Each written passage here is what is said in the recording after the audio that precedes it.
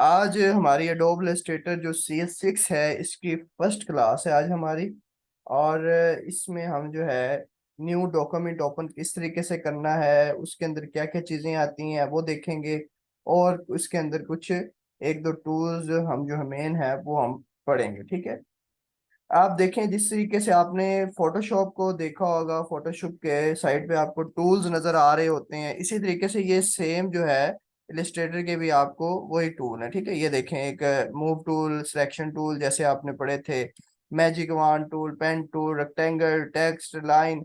इसके अंदर कुछ ये जो नीचे वाले टूल है ना, पांच छह टूल ऐसे हैं कि जो थोड़े से डिफरेंट हैं। बाकी तकरीबन सारे ही टूल मिलते जुलते हैं। तो इनकी वर्किंग जो है, अगर हम कोई अगर पूछता है अभी मुझसे कि आप फोटोशॉप इजी है या इलिस्ट्रेटर थोड़ा डिफिकल्ट है या इनमें क्या डिफरेंस है ऐसे वैसे। इलिस्ट्रेटर जो है ये इलिस्ट्रेशन के लिए होता है, वेक्टर इलिस्ट्रेशंस के लिए यूज होता है, ठीक है। आप इसके अंदर किसी भी लोगो को, किसी भी इमेज को बजाते खुद जो है वो ट्रेस कर सकते हैं, वेक्टर में कन्वर्ट कर सकते हैं उसको। तो इनके इसका अपना एक फीचर, अपनी एक वर्किंग है बनिस्बत दूसरे के। जैसे कि फोटोशॉप है, फोटोशॉप जो सिंपल, आप ये जेन में रखेंगे फोटो एडिटिंग के लिए वो इस्तेमाल होता है, ठीक है। तो इसके अंदर जो है अभी हम इधर से फाइल पे आएंगे। जैसे कि ऊपर आपको नजर आ रहा है ये मेन्यू बार कहलाते हैं, ठीक है। ये सारे मेन्यूज हैं, ठीक है।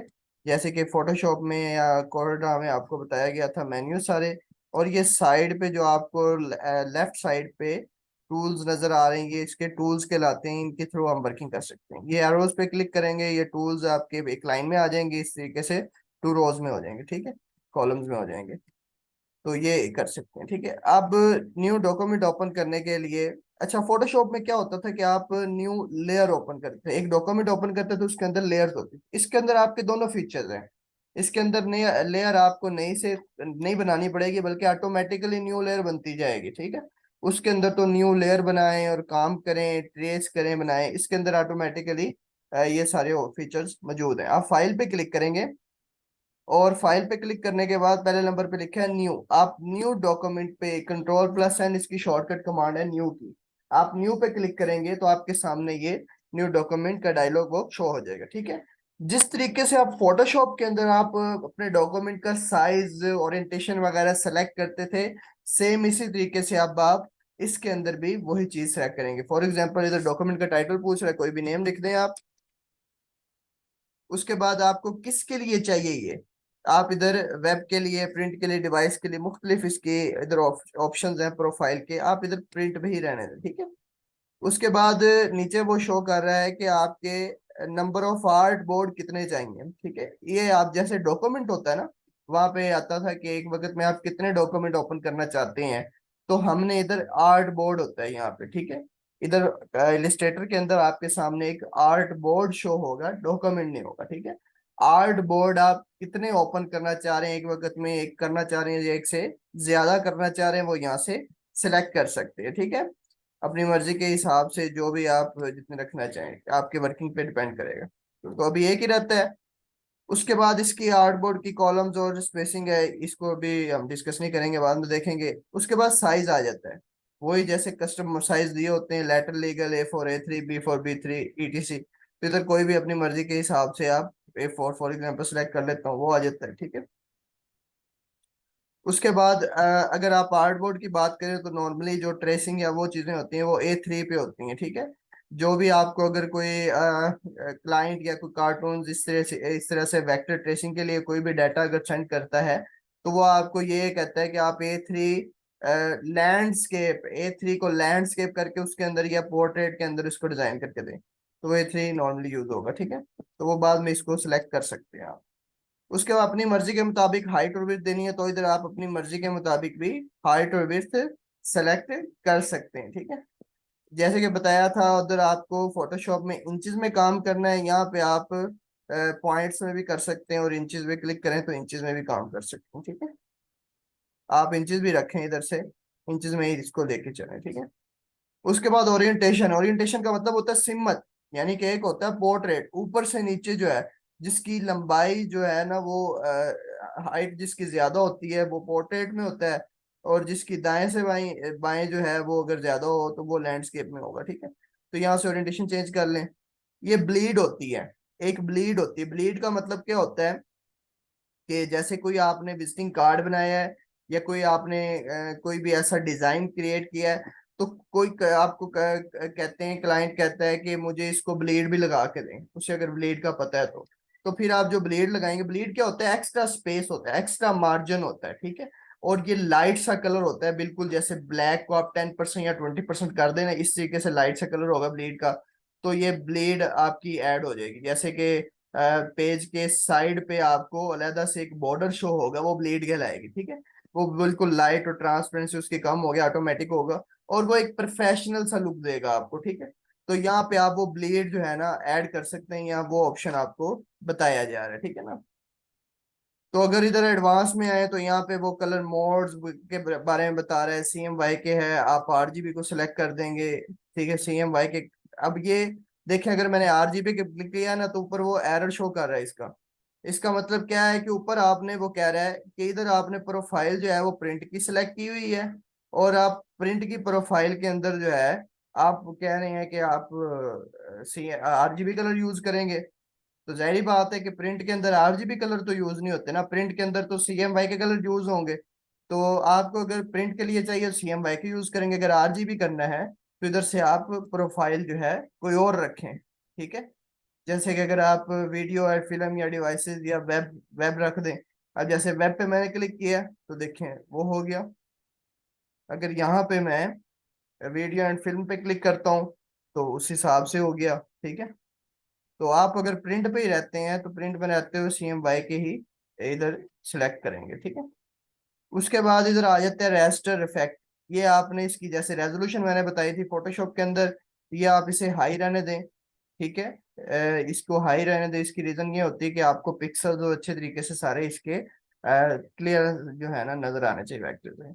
उसके बाद प्रीव्यू मोड, ये डिफॉल्ट में ही है, पिक्सल में नहीं करना, ओवर प्रिंट नहीं करना। पिक्सल में ये होता है कि बिल्कुल एक एक पिक्सल इसका प्रीव्यू नजर आता है आपको। आप इसे डिफॉल्ट रहने दें ताकि आपको इसका व्यू समझ आए।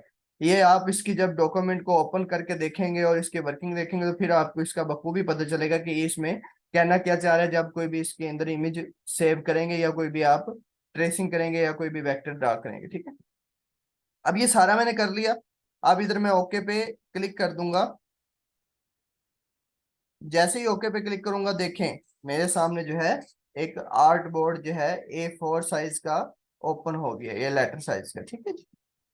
अब इसके अंदर जैसे फोटोशॉप के ऊपर इधर अलग से डॉक्यूमेंट आ जाते हैं, इधर फर्स्ट डॉक्यूमेंट है, इधर सेकंड आ जाएगा, इधर थर्ड आ जाएगा, इस तरीके से ऑन चलते रहेंगे। हमने इसके अंदर वर्किंग करनी है, ठीक है। अब ये साइड पे आपको जो है इसके नजर आ रहे हैं।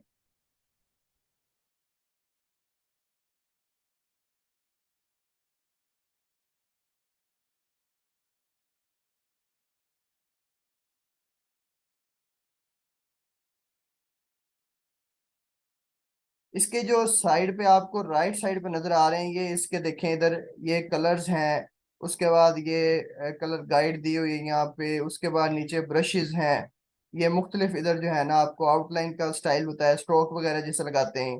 ये नीचे आप देखें आर्ट बोर्ड है, ये लेयर्स हैं, ठीक है। ये मुख्तलिफ यहाँ से आप सिलेक्ट कर सकते हैं, ठीक है।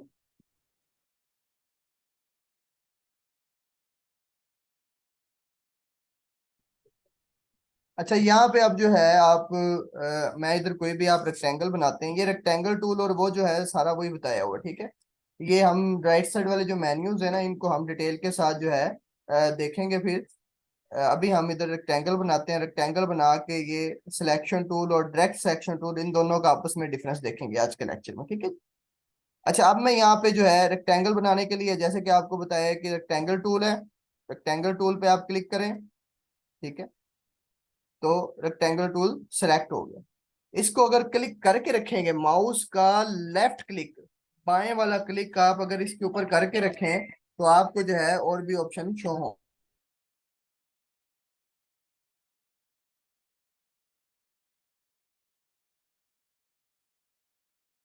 यहाँ पे अगर माउस का लेफ्ट क्लिक करके रखें तो यहाँ पे आपको रेक्टेंगल टूल सेलेक्ट शो हो रहा है यहाँ पे। उसके बाद राउंड रेक्टेंगल शो हो रहा है, उसके बाद लिप शो हो रहा है। उसके बाद पॉलीगॉन शो हो रहा है, स्टार शो हो रहा है एंड फ्लेयर शो हो रहा है। या डिफरेंट यहाँ पे आपको शो होंगे, जैसे कि कोरल ड्रा के अंदर शो हो रहे होते हैं, या आपको जो है फोटोशॉप के अंदर शेप टूल के अंदर शो हो रहे थे, ठीक है। बिल्कुल वैसे ही यहाँ पे भी शो होंगे। तो अभी हम इधर रेक्टेंगल बनाते हैं, ठीक है जी। यहाँ तक समझ आ गई है? मुझे बताएंगे नहीं। जी सर।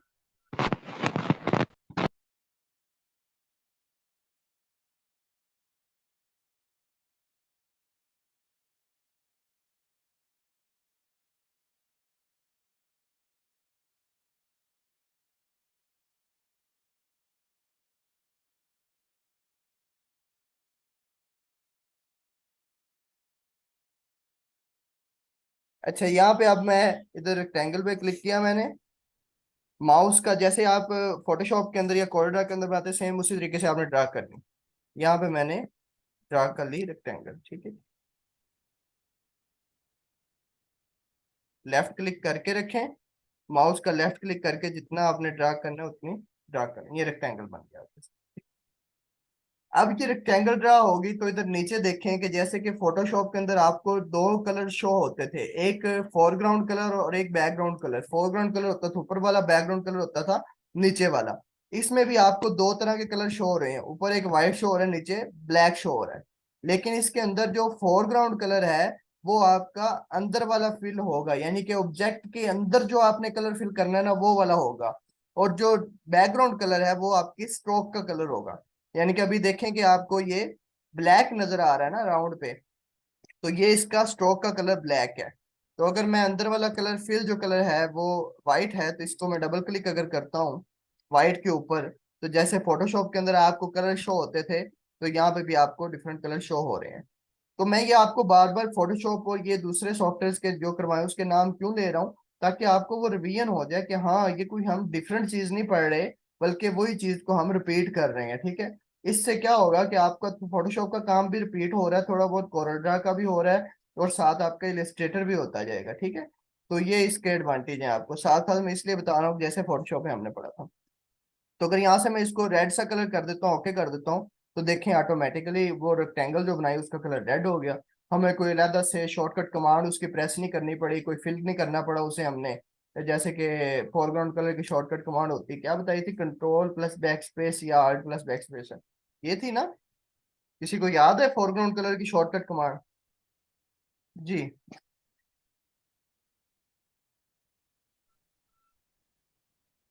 कंट्रोल प्लस बैक आपने सर। हाँ ठीक हो गया। तो यहाँ से आप कलर दे सकते हैं इसी तरीके से। सेम नीचे आउटलाइन है, आउटलाइन पे डबल क्लिक करेंगे तो आउटलाइन का कोई भी कलर यहाँ से आप चूज कर लें, ठीक है।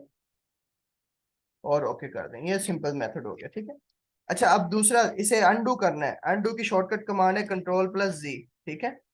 कंट्रोल जी करेंगे ये अनडू हो जाएगा। और कंट्रोल आप इस तरीके से कंट्रोल शिफ्ट और जी करने से ये जो है रीडू होगा। मैं इधर कीबोर्ड ओपन कर लेता हूँ ताकि आपको पता चले। कंट्रोल का बटन, शिफ्ट का बटन और जी का बटन दबाते हैं, देखें ये रीड हो रहा है। कंट्रोल शिफ्ट और जी, ये रीड हो रहा है। और कंट्रोल और जी से ये होगा अनडू, ठीक है। ये अनडू हो गया, यानी कि पीछे आ गया जितना भी हमने काम किया, ठीक है। अच्छा, अगर आपने ये डॉक्यूमेंट को पेज के ऊपर फुल करना है तो कंट्रोल और जीरो का बटन प्रेस करेंगे कीबोर्ड से। ये शॉर्टकट कमांड साथ साथ लिखते जाएं।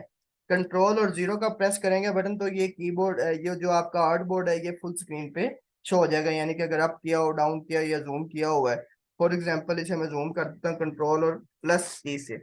कंट्रोल जो प्लस की होती है उसे जूम होता है।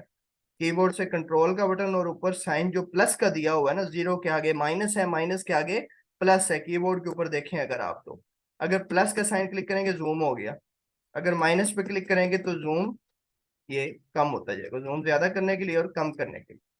और कंट्रोल जीरो प्रेस करेंगे तो ये फुल हो जाएगी। इसकी शॉर्टकट कमांड भी ध्यान में रखें, ठीक। अच्छा, ये तो रेक्टेंगल बन गई।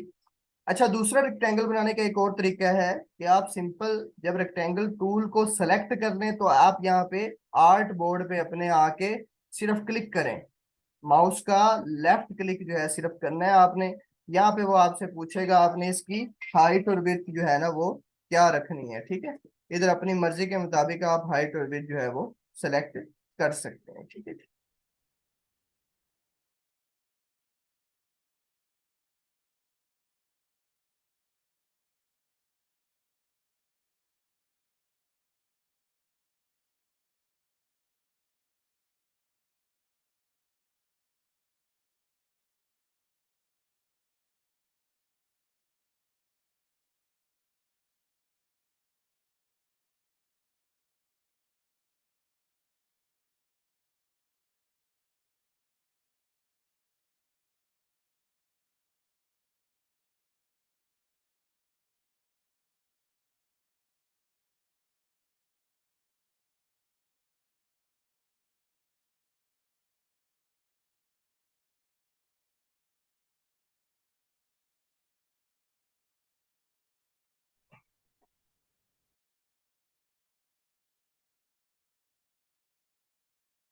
जी, तो यहाँ पे आप अगर क्लिक करते हैं तो रेक्टेंगल जो है ना, आप इधर आपके सामने शो कर देगा कि आपने इसकी हाइट और विड्थ कितनी रखनी, क्योंकि हमने उधर पॉइंट में सिलेक्ट किया हुआ था जब न्यू डॉक्यूमेंट बनाया था, इसलिए यहाँ पे पीटी बता रहा है आपको। ठीक है, अगर आप इंचेस में करना चाहते हैं तो इसे इंचेस लिखने IN के साथ इसको हाइट और विड्थ इसकी करनी है, एक ये भी मेथड है। अच्छा, दूसरा अब मैं रेक्टेंगल बना लेता हूँ यहाँ पे। अब हम बात करते हैं यहाँ पे ऊपर जो टूल दिए हुए हैं सिलेक्शन टूल के बारे में। जैसे ही मैं सिलेक्शन टूल पे क्लिक करूंगा, जाहिर बात है आपको नाम से शो हो रहा है, सिलेक्शन टूल जो है वो सिलेक्ट करने के लिए, ऑब्जेक्ट को मूव करने के लिए इस्तेमाल होता है। ठीक है, या आप इसे जहां मर्जी मूव कर लें। एक और इम्पोर्टेंट शॉर्टकट कमांड है, वो भी अभी आप नोट कर लें। वो है कि अगर आप ऑब्जेक्ट की कॉपी करना चाह रहे हैं तो आल्ट का बटन जो है ना वो प्रेस करके रखेंगे कीबोर्ड से, और जहां पे रेक्टेंगल को या अपने ऑब्जेक्ट को मूव करेंगे वो ऑटोमेटिकली कॉपी कर देगा। ठीक है, जैसे कि अगर इसका कलर मैं चेंज कर देता हूँ ताकि आपको इधर समझने में आसानी रहे। इसका कलर यहाँ से मैं ये कर दिया। ठीक, इसके रेक्टेंगल का साइज मैंने सिलेक्शन टूल की मदद से ही कम कर दिया। ये सेम वही तरीकाकार बताया, अगर शिफ्ट का बटन दबा के आप रिसाइज करेंगे तो इक्वल करेगा, कंट्रोल का बटन से और करेगा वर्किंग, वो सारा मेथड वही है। अब ये मैंने रेक्टेंगल छोटे कर दिया, अब मैंने इसकी नीचे की तरफ एक और कॉपी लेके आनी है डाउन, तो मैं इसे नीचे मूव कर रहा हूँ। मूव करते साथ ही मैं इधर कंट्रोल और आल्ट का बटन प्रेस कर दूंगा, सिर्फ आल्ट का, तो इसकी ऑब्जेक्ट की कॉपी भी हो जाएगी। जैसे ही आल्ट आल्ट का बटन प्रेस करेंगे ना, आप देखें कि ये एरो पहले ब्लैक था, नीचे एक छोटा सा व्हाइट एरो भी आपको शो हो रहा होगा। ठीक है, तो इसका मतलब क्या है कि ये कॉपी कर रहा है, जिस तरीके से कोरल ड्रा के अंदर होता था। ठीक है, राइट क्लिक करने से ये कॉपी होगी। जहां मर्जी मूव करें, आल्ट का बटन प्रेस करते हैं बस। ड्यूरिंग मूविंग, यानी कि मूव करते साथ ही आप आल्ट का बटन प्रेस करेंगे, यानी कि इसको छोड़ देंगे माउस के लेफ्ट क्लिक को और आप आल्ट का बटन प्रेस करें, वो नहीं होगा काम। ठीक है, तो आप जैसे ही मूव कर रहे हैं ना, आपको आल्ट का बटन साथ में ही प्रेस करना है। ठीक है, ये होती है इसकी कॉपी करने की। अच्छा, मैं बता रहा सिलेक्शन टूल के बारे में। सिलेक्शन टूल होता है आपको सिलेक्ट करने के लिए ऑब्जेक्ट को, इसे सिलेक्ट कर सकते हैं। दूसरे नंबर पे इसको आप रोटेट कर सकते हैं, ऑब्जेक्ट को जैसे भी रोटेट करना चाहें, इधर इधर से लेफ्ट राइट रोटेट करना है वो करें। ठीक है जी, तो वो कर सकते हैं। ये होता है सिलेक्शन का सिलेक्शन टूल। इसके आगे देखें तो एक आपको और टूल नजर आ रहा है, एक ये एरो है ब्लैक और एक आगे व्हाइट एरो बना हुआ है ग्रे सा, ये है डायरेक्ट सिलेक्शन टूल। आप इसको देखें, डायरेक्ट सिलेक्शन टूल में क्या होता है, मैंने जैसे डायरेक्ट सिलेक्शन टूल पे क्लिक किया, ऑब्जेक्ट पे क्लिक किया, ठीक है, ऑब्जेक्ट सेलेक्ट हो गया, ऑब्जेक्ट इधर भी मूव हो रहा है। अब इसका और इसका डिफरेंस क्या है? सिलेक्शन टूल के अंदर आप पूरा ऑब्जेक्ट आपका सिलेक्ट होता था, लेकिन डायरेक्ट सिलेक्शन टूल के अंदर आप ऑब्जेक्ट के हर अलग अलग नोड को सिलेक्ट कर सकते हैं। जैसे मैं चाहता हूं मैं इस कॉर्नर को सिलेक्ट करना है तो इस कॉर्नर पे क्लिक करूंगा, देखें कि वो कॉर्नर मूव होना शुरू हो जाएगी। ये डायरेक्ट सिलेक्शन टूल से हो रहा है। अच्छा, कोरल ड्रा में क्या होता था? कोरल ड्रा में आपको पहले उसे कन्वर्ट टू कर्व करना पड़ता था, कन्वर्ट टू कर्व करके फिर उसको जो है शेप टूल लेनी पड़ती थी, शेप टूल लेके फिर आपको उसके नोड को लेफ्ट और राइट जहाँ पे मूव करना चाहते हैं मूव करते थे या उसको डिलीट करते थे। इसमें ऐसा नहीं है, इसमें जो आपने ऑब्जेक्ट बना लिया या तो उसे सिलेक्ट करें, मूव करें, कॉपी करें, नहीं तो उसे डायरेक्ट सिलेक्शन टूल की मदद से आप उसके नोड को लेफ्ट राइट जहां मर्जी मूव कर लें। ठीक है जी, ये होता है डायरेक्ट सिलेक्शन टूल का काम। ठीक है जी, समझ आ गई यहां तक आपको? अच्छा, डायरेक्ट सिलेक्शन टूल की मदद से भी आप कॉपी कर सकते हैं, आल्ट का बटन कीबोर्ड से प्रेस करके रखें और इसे आप कॉपी कर लें जहां पे भी आप इसे कॉपी करना चाहते हैं। ठीक है, ये होता है डायरेक्ट सिलेक्शन टूल। ठीक है, इसके अंदर अगर आप देखें तो ग्रुप सिलेक्शन टूल है। ग्रुप सिलेक्शन टूल में क्या होता है कि कंप्लीट ग्रुप करने के लिए इस्तेमाल होता है। जैसे आप ऑब्जेक्ट बने हों, दो ऑब्जेक्ट हैं, इसको मैंने दो ऑब्जेक्ट बना दिए, एक ये वाला और एक ये वाला। अब मैं अगर इधर से ग्रुप सिलेक्शन करता हूँ, दोनों को सिलेक्ट करता हूँ, देखें ये इकट्ठा सिलेक्ट हो गया। ठीक है, अब ये ग्रुप में इकट्ठा मूव हो रहा है। ठीक है, तो इस तरीके से आप ग्रुप सिलेक्शन को भी यूज कर सकते हैं। जी, यहाँ तक समझ आ गई आपको?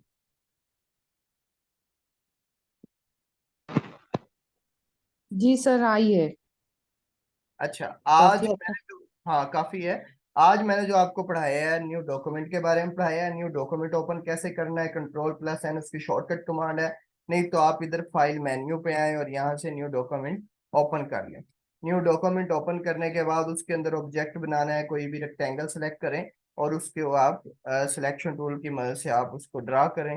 रेक्टेंगल टूल की मदद से ड्रा करने के बाद उसे कलर देना चाहें तो यहाँ से कलर दें और स्ट्रोक दे दें, ठीक है।